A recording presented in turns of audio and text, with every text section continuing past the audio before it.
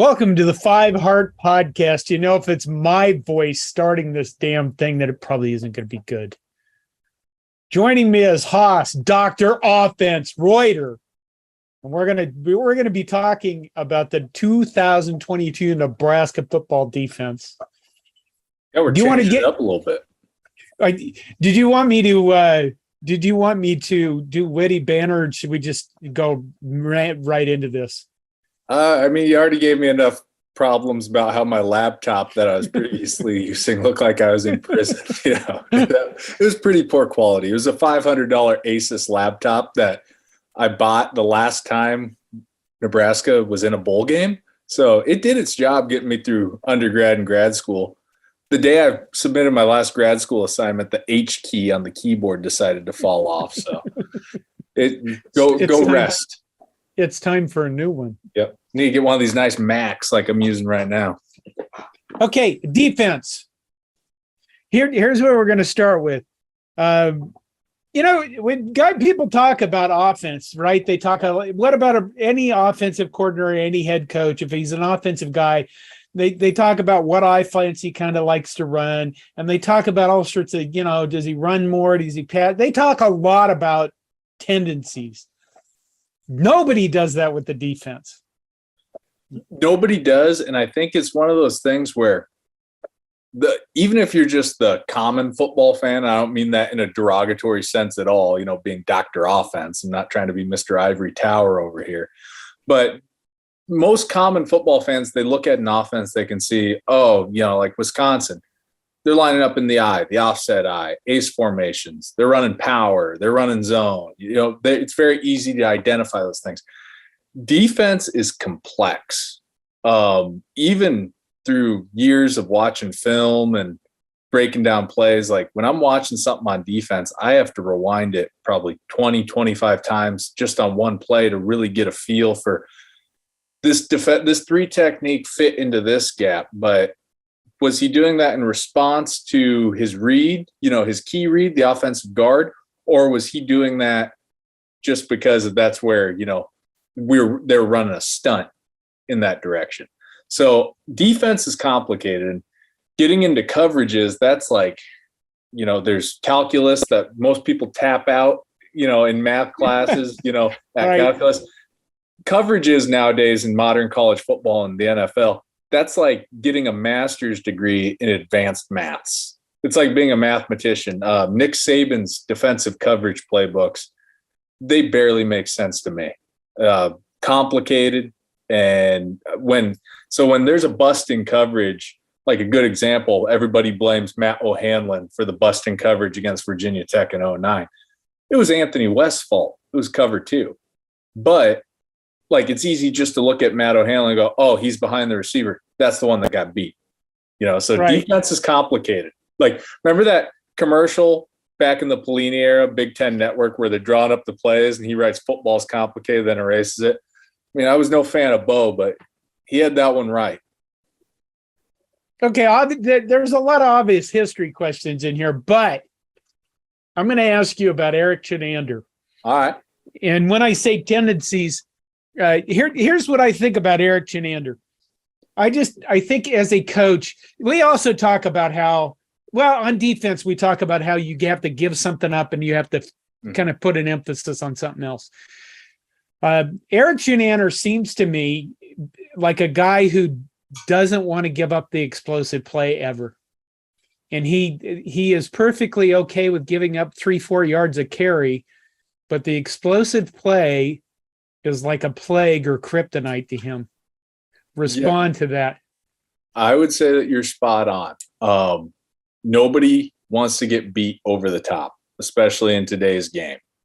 So if you're going to if somebody's going to score on you, it's for every action, there's an equal and opposite reaction. Was that one of Newton's laws? I don't know. I was never a physics guy, but there's always an equal and opposite reaction. So if you're not going to want to get beat deep by an explosive chunk play, if that other team's going to score, you're going to make them drive the ball 80 yards between the 20s giving up, and you're okay with giving up 3 to 4 yards a carry, because the longer you have them out there on the field, the more chances that the offense is going to do something to screw up. A missed block, a miscommunication, somebody didn't get the audible at the line of scrimmage or adjust their route on a sight adjustment based on coverage.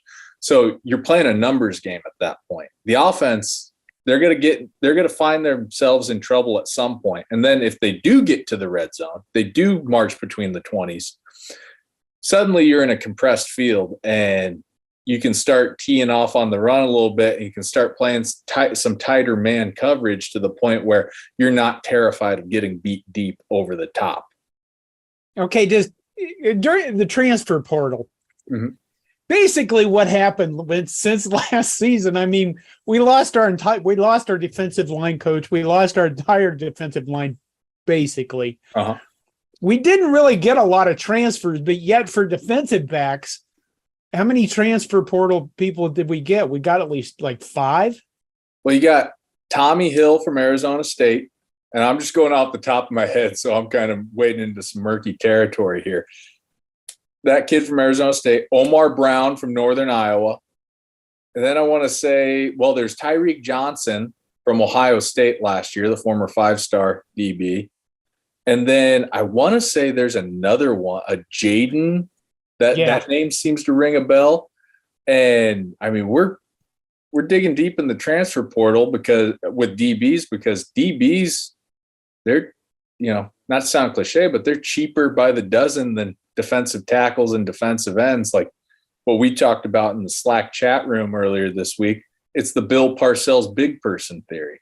That originated back in the 80s when Bill Parcells was asked why guys like Lawrence Taylor were paid such big money. They had these ridiculous contracts. And he said basically, hey, there's only so many people walking the earth right now that can do what he does. He's a rare commodity. He deserves to be compensated in kind for it. Same thing with big nose guards. There's only a select handful of people on the planet who are built like Jordan Davis from Georgia, who, with the Philadelphia Eagles, who, yes, he dominated Cam Jurgens in that drill on Twitter, but there's a lot that I can go into that NFL offensive linemen and offensive line coaches have talked about on Twitter. It's not all Jurgens' fault. But guys like Jordan Davis, they're rare. They're hard to find. That's like, would you rather go mine for some common mineral that you can make decent money with, as opposed to mining for gold or diamonds or, some rare earth mineral? So simple supply and demand economics. So you don't think this was an emphasis thing? That I am reading this wrong then. I think he just couldn't get the guys. I think that you're on the right track with that. We did get like Stephon Wynn from Alabama and Devin Drew from Texas Tech and O'Shawn Mathis from TCU. So we added some nice additions there, but you're always going to be able to recruit DBs easier than big-time defensive linemen. I mean, ask Bo Pelini. Like we talked about in the past few weeks, he didn't cash in on Sue's success. He should have been going out and getting the big-time defensive tackles in that era. And instead we get saddled with guys like Thad Randall, which they're serviceable, but they weren't, game wreckers. They weren't, they didn't dominate a game. But DBs, it's a little bit easier to develop that because if you got good speed and, can take to the coaching that DB coaches, often implement with, like Saban doesn't teach the back pedal. He wants his DBs to turn and run. It's an easier position to learn. Really? Yeah. Much easier. Defensive line might be the hardest position outside of quarterback in football. I always had this. He's just a big dumb guy that stands there and waves his arms around. Come on. It took me like years ago, probably back in like 2017. I found a copy in there's a college football black market for playbooks and all 22 film that I was a proud member of a Patreon for. And I found a copy of Brent Venables' 2017 Clemson defense, his playbook, after they beat Alabama for the national title in 16. And I sat all the time trying to learn everything in that playbook. And there'd be times where I'm like, I thought I understood football, but what the fuck is this?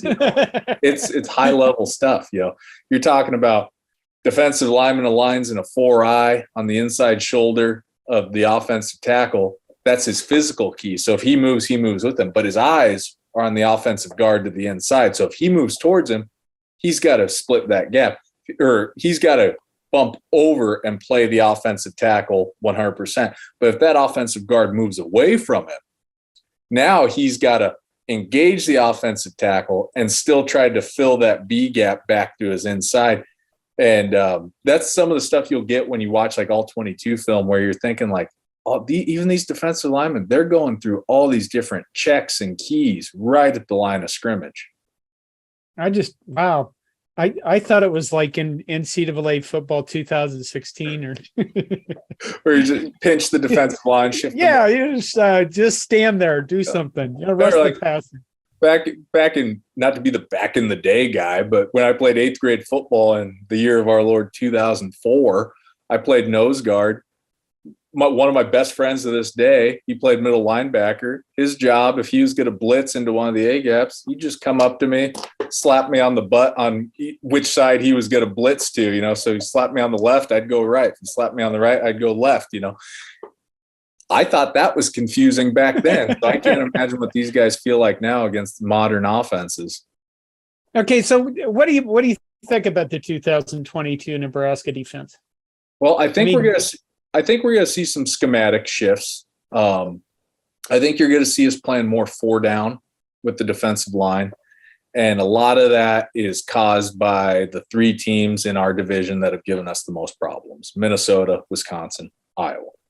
Right. We've talked about many times in the past few weeks, Minnesota's going to run duo right down your throat 35 times a game. Wisconsin's going to run everything under the sun against you. Iowa's going to run inside and outside zone, and you better be able to get to the outside shoulder of the offensive lineman that's engaging you, or else you're in for a long day. So I think if we can eliminate more gaps by just alignment, by having 4 down before the snap, 4 defensive linemen before the snap, or even it could be 3 defensive linemen and a linebacker mugged up to the line of scrimmage, whether he's in a 2-point or a 1-point stance, 2-point stance or 3-point stance with his hands on the ground. Doesn't matter. I think that you're going to see us try to eliminate as many pre-snap holes as possible. Now, okay, are they going to be able to run against those 3 teams you named, Minnesota, Iowa, Wisconsin? I mean, they're going to have to run 4 down, right? Yeah, because go ahead. Do we have the depth to do that? That's toward the end of the season. Well, that's a really good point that I didn't even think of, because you're looking at, after Halloween, you're looking at Minnesota, Michigan. And Michigan's got to run power and inside zone and counter fucking times a game. And then Wisconsin and Iowa. So you hope you're healthy. That's the first key. You hope you have enough bodies to rotate guys in and out. You hope that you're not getting to a point where you're playing Garrett Nelson at 3 technique, like we had to play Cam Meredith at that spot in 2012 because of injuries. Because as good of a player as Nelson is, 260-pound defensive tackles, they're not long for, this league. Right. So you hope that you have the depth. And you really got to think, like, do you put Ty Robinson at the shade or 1 technique over the center? Or do you put him at the 3 technique out on the strong side offensive guard, in a 4-man front? So that's kind of one of those issues where does he fit in? Because he's stout enough to stand up against the center and the double teams he's going to see from the center and the guard. But he's athletic enough to get into that 3-tech spot and wreak some havoc, like Sue. Sue played the 3-tech spot under Pelini's defense. Well, Ty Robinson, who else is going to be on the inside? Stephen Wynn, the new guy from Alabama? I would say Stefan Wynn or Stephen Wynn, however it's pronounced. You hope that Nash Hutmacher, or Hutmaker, as I believe he corrected. I just call him Nut Masher because, that's hopefully what I think. That's what I want out of him. Especially when we play Iowa. I recently rejoined the Red Sea Scrolls, and for the first time I saw where my brother-in-law got that nickname for Nash. I was like, oh, that's where he got it from. He didn't make it up, By the way, if anyone's wondering on Red Sea Scrolls, my handle is John Sacramone, guy from The Sopranos. Johnny Sax, my favorite character in The Sopranos. So, yeah, say hi. I don't post much. I just read. But you hope that Hutmaker can translate that weight room strength into football functional strength, functional mobility, because, I mean, the guy's got serious weight room strength. I mean, you don't squat 800 pounds without being pretty damn athletic and twitchy, fast twitch, muscle explosion. But how the, Olympic weightlifters aren't great football players. So I'd be curious to see how he finally gets to be on the field in extended playing time. Then at the defensive end spot, it's one of those things where it's like, can Caleb Tanner and O'Shawn Mathis and Garrett Nelson, can they play that edge position, as we're calling it now? And can they stand up to the down blocks and the stretch blocks and the double teams and the traps from the pulling guards? Can they stand up to those 20, 25 times a game against the three teams in our division that give us the most problems? Because Randy Gregory, as great of a player as he was, as probably one of the best pure pass rushers I've ever seen at the college level, like watching a lion hunt down a zebra, he could not stand up against the run. And teams knew that. So Minnesota, Wisconsin, Iowa in 13 and 14, they would just double him at the point of attack or down block him or kick him out.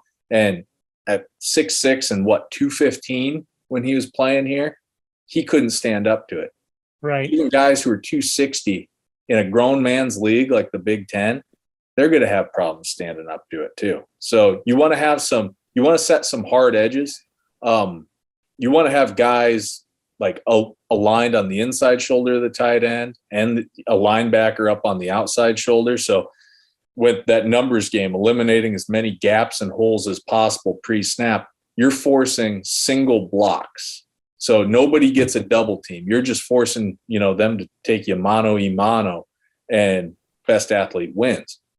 So there are a lot of things to consider with, a slight schematic shift. I don't think anything will change coverage-wise too much, especially because I think we'll be more in like a 4-2-5 with a Sam Nickel, that JoJo Doman type player as the nickel back, because, I mean, the big nickel in college and pro football is in vogue right now. I mean, you see it everywhere, and it kind of rose from remember the big slot receiver era in like 2015, 2016, when Corey Coleman was at Baylor. That's where it kind of came about.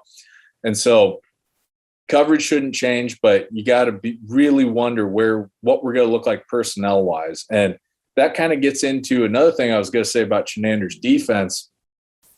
Dude does not like to blitz. What is with that? I've been wondering that same thing since 2018.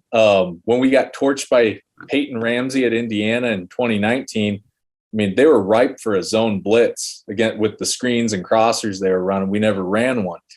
Chinander strikes me a lot like Mike Hankwitz from Northwestern. He's going to play solid, fundamental defense.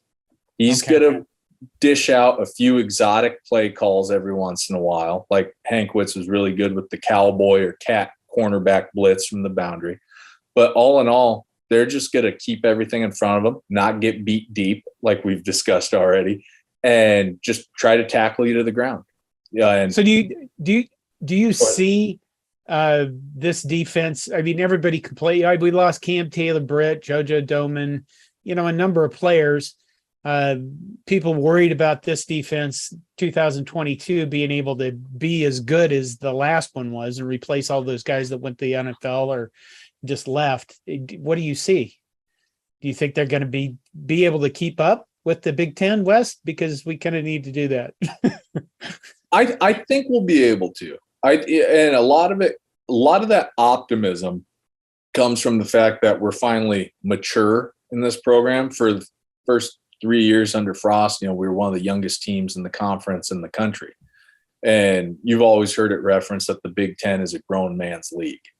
You're playing against guys who are 22, 23 years old. Now with COVID and the exemption, you might be playing against a few guys who are 24 and 25 years old, depending on how their eligibility went.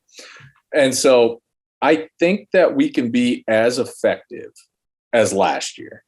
I think that we'll generate a better overall pass rush with our front four. And anytime you can generate a pass rush with your front four and drop 7 into coverage, you're playing with house money at that. Right, right. You're able to get pressure on the quarterback. You're able to blanket the field in coverage. It's like, the Sioux, defense in 2009.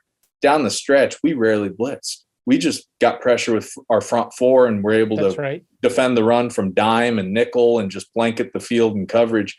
And so that's every defensive coordinator. That's number one on every defensive coordinator's wish list. They ask for that for Christmas. Hey, can I get pressure with 4 and drop 7 into coverage? So if we can do that, I think that we'll be in good shape. Now, I think the run defense last year, while it was effective, it broke down at the end of the season. I mean, anybody who watched the Wisconsin or Iowa games will say that. And Minnesota, their freshman back who was playing because Ibrahim's injury, he torched us pretty good. And so what we really have to do is do a better job of getting off our blocks, playing sound fundamental football. And if we can do those things, I think that'll give us an opportunity to still be strong in the back end, not getting beat deep, maybe play a little bit more man coverage between the 20s. I really like the personnel at safety with like Miles Farmer. I think he's a rangy safety. It's a shame that he had that injury at the end of 2020 because of Purdue's shoddy field, which that seems to be a common occurrence in this damn conference. This conference is like the Twilight Zone, man. Why do you say that? Well, like just weird stuff happens in this conference, like Northwestern getting in dogfights with everybody, and DeMornay Pearsonell shredding his ACL on a sprinkler head at Purdue, and Miles Farmer getting hurt at Purdue. And then I've just kind of noticed it over the years. Halloween weekend or the week after Halloween in this conference, you see some weird ass upsets. It's honest to God, yeah, I mean, when you look back at the Big Ten history, all the hate and all this just asinine things that went on or happened or occurred that created all that hate, and we wonder why the conference hates everybody else. And we're starting to experience. Well, we've been experiencing it, but some of it's just weird. You're right; it is just. I was talking to a coworker of mine last week. We were talking college football, and I told him, I was like, hey, man, before we joined the conference, the Big Ten, I used to make fun of the Big Ten all the time, how obsessed they were with the Rose Bowl, how, teams from the Big 12 would dominate them. Then we joined this league, and I realized this league's a meat grinder. Everybody's got good offensive linemen, good defensive linemen, good linebackers. They're going to run the ball right down your throat, as much as they can. Like, it's a rugged league. And I think, the SEC is still better in terms of its top caliber teams, but it's top heavy. Right. So the Big Ten, I think, is a better overall conference because we cannibalize each other in this conference, top to bottom. Everybody just beats up on one another. We've kind of gotten beat up more than we've been dishing out some beatings, but true. The point remains, it's a rough and rugged league. Where else do we want to go from here? What else do you have to say about the defense? Well, I'll be really curious to see how well like Luke Reimers and Nick Henrich stand up to defending the run in this conference, because like I mentioned at the end of last year, our run defense kind of broke down. You started to see a lot of times, like against Wisconsin, Nick Henrich getting hooked by a pulling guard, or tight end would go to down block him and just pick him off from being able to get, into his run fit. So I would like to see more development from those guys. And I would like to see, maybe a newcomer like that, Ateva Malga Clements, who's now, I believe, in his third year in the program, who I know I believe he was at a junior college out in California when he was being recruited. And LSU when Bill Bush was there actually wanted to offer him, but they thought he was too small. And so, he ended up, coming our way. But I'll be curious to see how he fits in, because anytime you can get a really athletic playmaker at the linebacker position, even if they're undersized, tends to be a good thing to have. I mean, think about Levante David playing linebacker in the Big Ten at 210 pounds. He had one of the best seasons, at that position that I've seen in a while. What do you have? what this almost sounds astronomical, so I don't even know if it's the right number, but I want to say he had like 149 tackles in one season. In one season. It was a lot. Yeah. Well, I mean, look at what he's done in the pros. So, and I love how the casual football fan, I mean, if you're from Nebraska and you're a casual NFL fan, yeah, you know who Levante David is. But by and large, the casual NFL fan, they have no idea who Levante David is. Why is that? Probably because Tampa was so bad before Tom Brady. Oh, well, that is true, you know. Yeah, I mean, I'm sorry. You hired Dirk Cutter and Lovie Smith to be your head coach. You're in for some problems. Can't believe Lovie Smith's still a head coach in the NFL. Well, they just kind of recycle them and moving them around. I mean, good work if you can get it. As an NFL head coach? Yeah, I mean, I'd do it for $500K a year. Why? I don't know. It'd be fun. God, I think I don't know though. I guess that does bring up something else. Might as well ask you. The difference between an NFL coach and a college coach. I mean, college coaches have to recruit. NFL has to draft, but that's usually a small group of people. There's a recruiting aspect, but now you have to deal with the money. How much do you think that actually changes? I mean, who's retired recently? I'm showing my fatigue now because my Bronco Mendenhall stepped away from Virginia. Right. But there's 2 years after getting them to an Orange Bowl. But isn't there a number of guys that have retired, or am I thinking of basketball? Might be thinking of basketball because I think of basketball. What's his name at Villanova? Jay Wright, he retired. Right. Yeah. And another, I think of, how many is this going to lead to? The hell am I going with this question? Well, like to your why point, we needed to do this one fast. To your point, Kirby Smart said at SEC Media Days that he thought about retiring after Georgia won the national championship this past year, and just the stress of it all. I couldn't imagine. I mean, yeah, you're doing what you love for a living, and you're being compensated to a point that the average Joe could only dream of.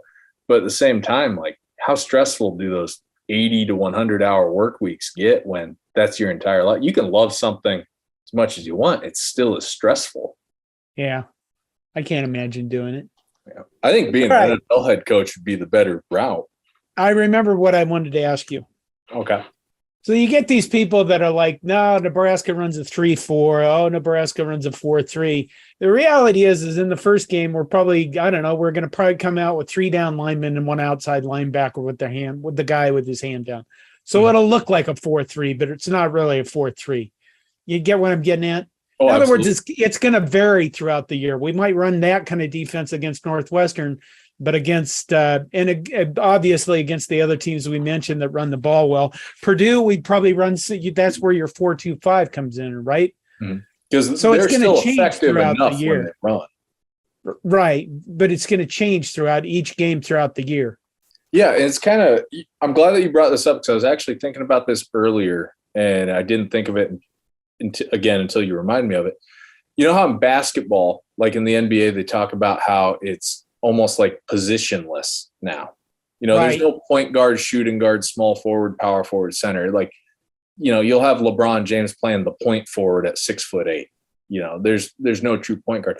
Defenses in college football, and it's starting to trickle up into the NFL, they're almost positionless, meaning they're so hybrid to the point where guys just kind of they match up to specific teams that you're playing, specific styles of offense.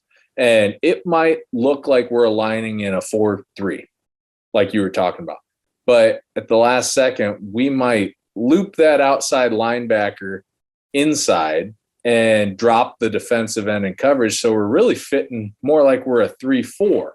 So it's all about anchor points. So if you're playing a team that's, double tight ends, 2 backs in the backfield, 22 personnel, yeah, it's going to look like a 4-3. But if you're playing like an 11 personnel spread offense with a slot receiver, a tight end, and a running back, you really don't know what you're getting until you really take a close look at it, because you're doing so many different things based on alignment. Hey, that slot receiver, he's not big, but he's really fast. Hey, let's put a DB at the nickel spot instead of, a big, the Sam JoJo Doman outside linebacker. Right. And then we might play another team who's got a big slot receiver who almost resembles more of like a Travis Kelce for the Kansas City Chiefs. Okay, well, he's pretty big and he can run. Let's put a linebacker on him. It's, a really athletic linebacker, Javen Wright, for instance, or an Isaac Gifford or Chris Kolarevic. Let's put him out there so we can stop the run and cover this guy. So it's really turned into a positionless defense. And I think you started to see that last year from us as well, where there were times that, we had guys like Garrett Nelson and Caleb Tanner lined up on the edge, their hand in the dirt, and they're taking on tight ends, offensive tackles, pulling guards. And then at other times we're playing Purdue or a team that really likes to throw the ball around, and they're splitting the difference between the slot receiver and the end man on the line of scrimmage, the offensive tackle. So it's all about matchups now.